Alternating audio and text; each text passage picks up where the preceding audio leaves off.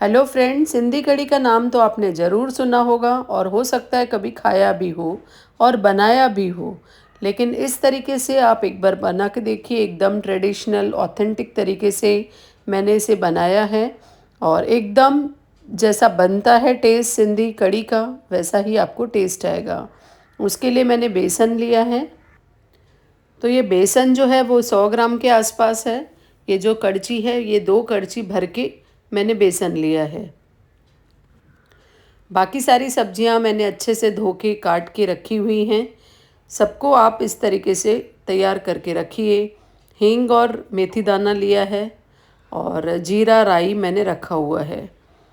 और सूखे जो कैरी रहती है उन्हें मैंने भिगा के रखा है।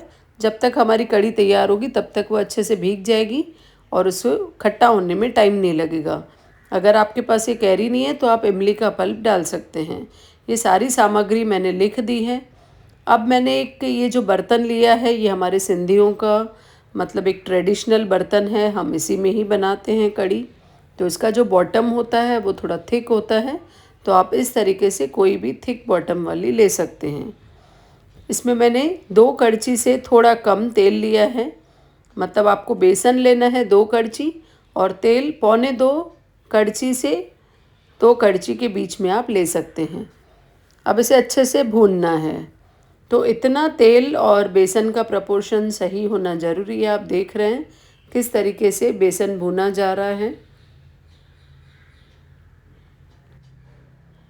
तो सबसे मेन इसका प्रोसीजर यही है कि आपको अच्छे से बेसन को भूनना है। तो इसीलिए आप पहली बार माप एकदम अच्छे से लेंगे। 2 कड़छी फुल, अगर जो भी कड़छी आप ले रहे हैं, अंदाजन 100 ग्राम बेसन होना चाहिए। तो वो आपकी नाप बरोबर है। फिर वही कड़छी को पौने 2 से 1 आध चम्मच ज़्यादा होगा तो चल जाएगा, लेकिन कम नहीं होना चाहिए तेल। और इस तरीके से आपको धीमी आंच पे भूनना है। अगर आपने आंच तेज कर ली तो बेसन आपका जल जाएगा। और इस तरीके से स्लो पे आपको भूनना है।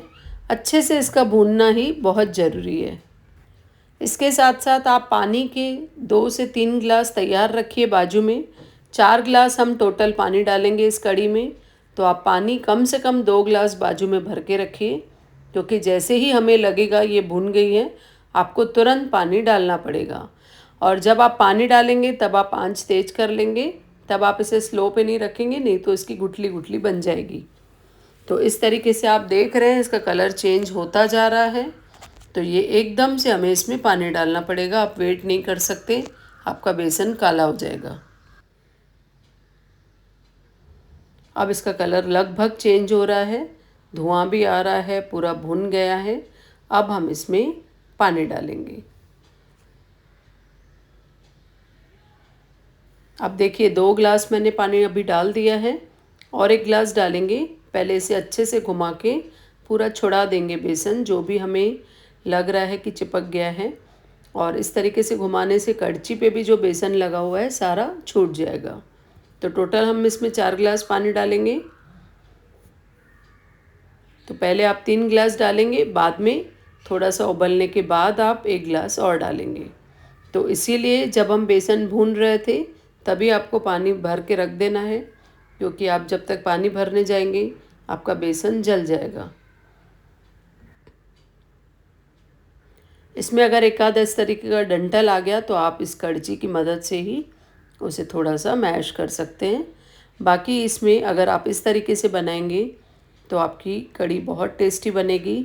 ये हम लोग इस तरीके से ही बनाते हैं सिंधी लोग। अब देखिए एक उबाल आ गया, मैंने तेज पे कर लिया था। जब पानी डाला मैंने आपको बताया था तेज पे रखना है। अब ये उबाल आ गया, अब इसकी आप आंच धीमी कर लेंगी। इसके बाद आप पूरी कढ़ी धीमी आंच पे ही बनाएंगी। अब नमक डाल देंगे। मैंने 2 टीस्पून नमक डाला है। बाद में आप इसे टेस्ट करके कम ज़्यादा कर सकते हैं। कम तो नहीं हो पाएगा, लेकिन ये बरोबर रहेगा। इससे ज़्यादा डालना है तो आप थोड़ा डाल सकते हैं। हल्दी डालेंगे और लाल मिर्च डाल देंगे और इसी तरीके से इसे अब स्लो पे उबलने देंगे। तो याद रखिए, जब तेल डाल रहे हैं, तेल डालने के बाद आपको बेसन डाल देना है। उसके बाद आपको आंच धीमी रखनी है। पहले जब तेल में बेसन डालेंगे तब आंच तेज़ चाहिए, बाद में आंच धीमी रख के बेसन भूनना है। बाद में जब पानी डालेंगे, पानी भर के रखना है साथ में, और जब पानी डालेंगे उसके बाद आपको आंच तेज़ रखना है। एक उबाल आने पर आंच धीमी कर लेनी है। अब जो सब्जियां जिस हिसाब से पकती हैं हम डाल देंगे। सबसे पहले आलू डाला, कड़ी पत्ता डाला, बैंगन डाला, और गवार और बीन्स डाल दिया, बरबटी, और इसके बाद में हरी मिर्च डाल दी और फ्लावर डाल दिया। फ्लावर में कीड़े आते हैं तो अपने बड़े बड़े पीस किए हैं उससे पानी में उबाल सकते हैं हल्का सा, और टमाटर डाल दिया। अब इस तरीके से आपको स्लो पे 10 मिनट रखना है। 10 से 15 मिनट इस तरीके से आपको स्लो पे रखना है, बीच में एक आध बार घुमाना है। आपने देखा मैंने कड़छी रख के उसके ऊपर लिड रखी थी, उससे आपकी कड़ी कभी भी बाहर नहीं आती है। अब 15 मिनट इस तरीके से उबलने के बाद आप भिंडी डाल देंगे, और जो हमने भिगा के रखी थी कैरी वो डाल देंगे। अब वापस से इसको आप 10 मिनट उबलने देंगे। आलू हल्का सा पक गया है, मतलब 70% पक गया था। अब आप इसे स्लो पे वापस से 10 मिनट के लिए रखेंगे। टोटल 25 मिनट आप इसे स्लो पे रखेंगे, और बीच में आपका जब लगेगा कि सूख रहा है तब आप 1 गिलास पानी बीच में ही डाल देंगे, जब हम इसमें सब्जियां ऐड कर रहे थे। पहले से 4 गिलास डालने से वो बहने लगती।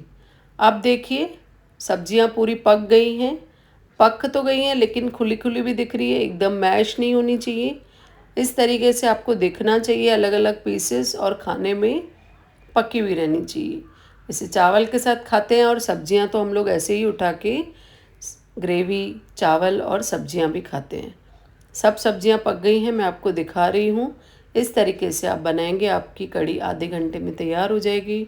बहुत टेस्टी बनेगी, और बहुत ही ट्रेडिशनल स्टाइल से आपको एकदम सिंधी कड़ी खाने को मिलेगा।